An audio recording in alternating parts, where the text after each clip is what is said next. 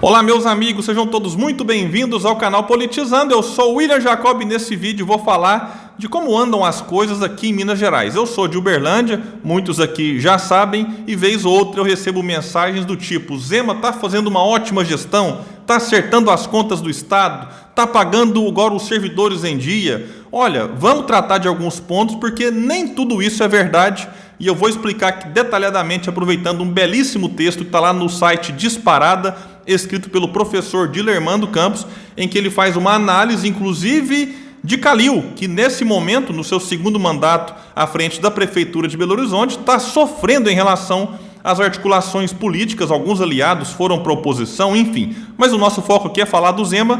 Mas antes de falar dele, eu quero pedir a ajuda de quem não está inscrito ainda no canal. Se puder, se inscreva, ative as notificações, se gostar do vídeo, deixa o like e compartilha esse vídeo, em especial com quem mora em Minas e também com quem mora fora de Minas e que eventualmente seja um liberal que esteja empolgado com essa suposta boa gestão de Romeu Zema, enfim, corrigindo as contas do Estado.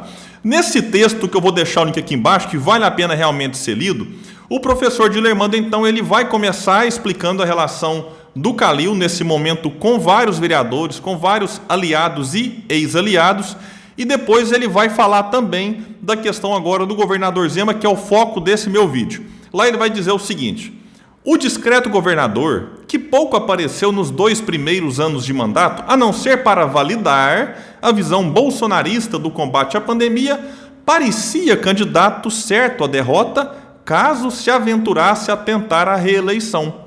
Mas o herdeiro de Domingos Zema é um cara de sorte e hoje lidera com folga todas as pesquisas para a sucessão no Estado. Isso aqui realmente, várias pesquisas mostram que hoje Romeu Zema tem aí uma larga vantagem em relação a Calil. Essa vantagem já foi um pouco menor, agora ela está se ampliando em alguns institutos, e ele vai continuar dizendo aqui o seguinte: falando em herança, Romeu Zema deve ter estranhado essa, pois herdou um Estado com as contas totalmente destruídas por seu antecessor, Fernando Pimentel, do PT. Mas o experiente precavido administrador de empresas, feito governador, tinha 3 planos para resolver o grave problema.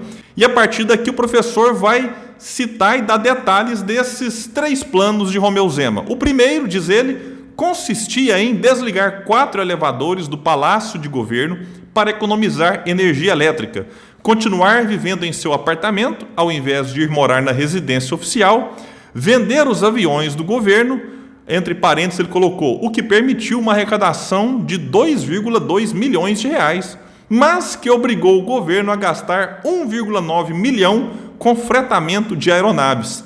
E, outro detalhe, se recusar a receber o salário de governador, enquanto o Estado não colocasse em dia o 13º dos servidores públicos. Destaca o professor, medidas importantes, mas que se mostraram insuficientes para corrigir as finanças de um Estado que tem uma dívida pública de 143 bilhões de reais. Agora vem a surpresa para muitos, com 30 bilhões destes tendo sido adicionados durante o curto governo de Romeu Zema.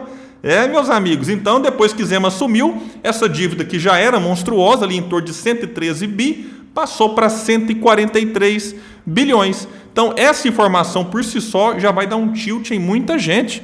E eu vou deixar o link aqui embaixo no comentário fixo para quem quiser ver mais detalhadamente essa informação. Bom, e o segundo plano, qual era então? Consistia ele em vender todo o patrimônio público do Estado que fosse possível ser vendido. Durante a campanha, essa era uma de suas promessas principais: vender todas as estatais. Porém, sempre aberto a novos conhecimentos, Zema aprendeu que vender uma estatal não é como vender uma geladeira nas lojas Zema, pois traz consequências econômicas e jurídicas profundas, além de ter descoberto que o cargo de governador exige algo que ele não estava acostumado: articulação política. E realmente o Zema foi eleito em 2018 com esse discurso da antipolítica, sendo um outsider, o gestor. Mas vamos voltar para o texto do professor, que vai dizer o seguinte: seu principal desejo era privatizar a CEMIG, a qual seus funcionários acusam Zema de estar sucateando a empresa para causar insatisfação na população e vencer as resistências à sua privatização. Essa tática também é antiga, né? Mesmo assim, o governador não conseguiu realizar a venda e já anunciou que precisará de outro mandato para concluir a privatização. Isso aqui é outra parte que é inacreditável. É sempre assim, né? Eles não conseguem cumprir as promessas de campanha, mesmo as mais absurdas, e pedem mais 4 anos da confiança do povo, aqui no caso o povo mineiro. Por enquanto, vai dizer o texto, iria apenas vender as subsidiárias que davam prejuízo. O curioso é que ele só conseguiu se desfazer da participação da CEMIG na Taesa, que dava lucro. Assim, você privatiza o lucro e socializa os prejuízos. Esse é um ponto também bem comum entre os liberais. E não duvidem que na campanha, para ele tentar a sua reeleição, ele vai dizer que os números não foram melhores porque não conseguiu ser liberal o suficiente. É sempre assim, não só no Brasil, como em boa parte do mundo, em que, em vez de admitir o fracasso do discurso liberal e neoliberal, eles preferem dizer que o governo não foi tão bom porque não foi liberal o suficiente. Essa aqui é uma tática bem velha, mas que vive colando aí na sociedade. Continua o professor no seu texto. Fracassada a tentativa de privatizar a CEMIG, Zema voltou suas baterias para a Codemig, empresa de capital misto que dedica-se à exploração de nióbio em Araxá, em parceria com a CBMM.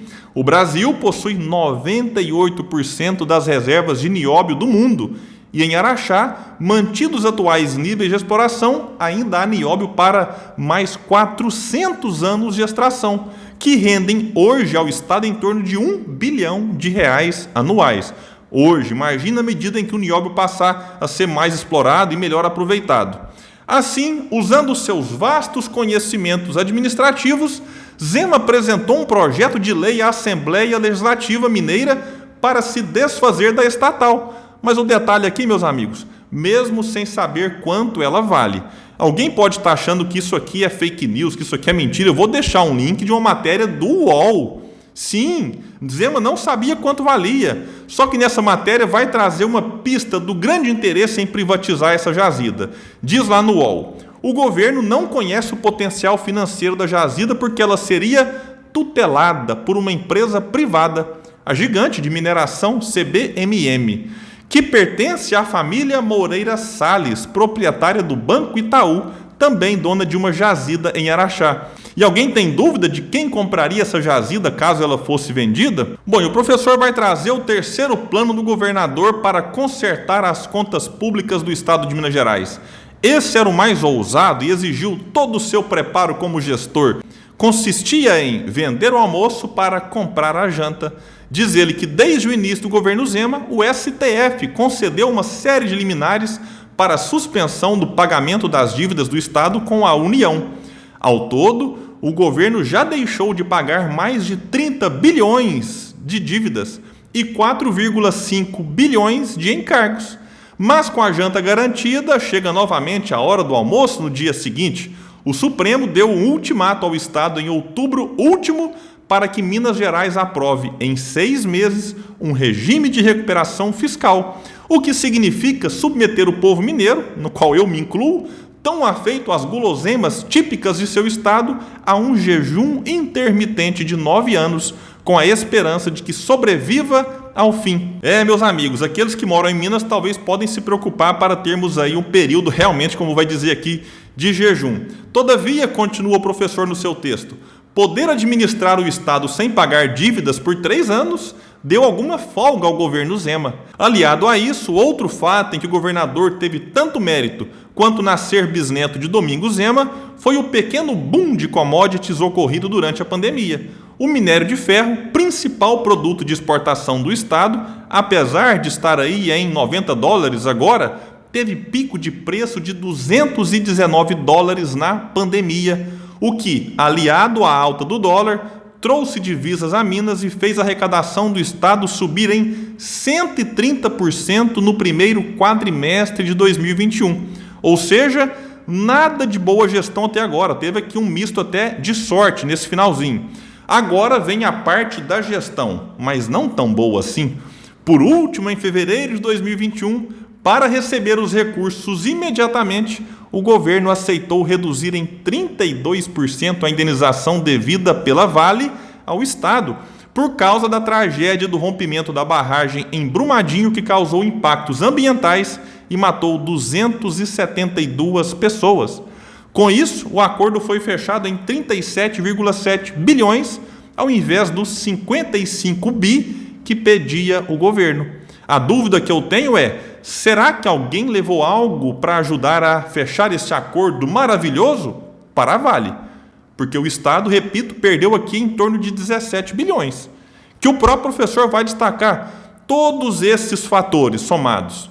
Medidas judiciais que adiaram pagamentos de dívidas, um inesperado boom de commodities e a perda de 17 bilhões no acordo com a Vale para receber o dinheiro da indenização mais rápido, permitiram à Zema regularizar momentaneamente as contas do Estado, transferir recursos aos municípios, colocar em dia o 13º dos funcionários e subir nas pesquisas eleitorais. Meus amigos, para finalizar esse vídeo, destaco apenas que quando vocês verem alguém elogiando a capacidade de gestão de Zema, alguém que não era da política, que veio para resolver as contas do Estado, mande esse vídeo para essa pessoa. Eu sou mineiro, moro em Uberlândia e posso garantir, pouca gente sabe disso. E eu acho que o povo precisa saber. Porque se ainda assim, sabendo de tudo isso, decidirem votar no Romeu Zema em 2022, ok, é um direito que todo mundo tem, mas que seja um voto consciente e não um voto baseado nessa falsa ideia de que o Romeu Zema tem ajustado as contas do Estado. Eu fico por aqui e até o próximo vídeo no canal Politizando.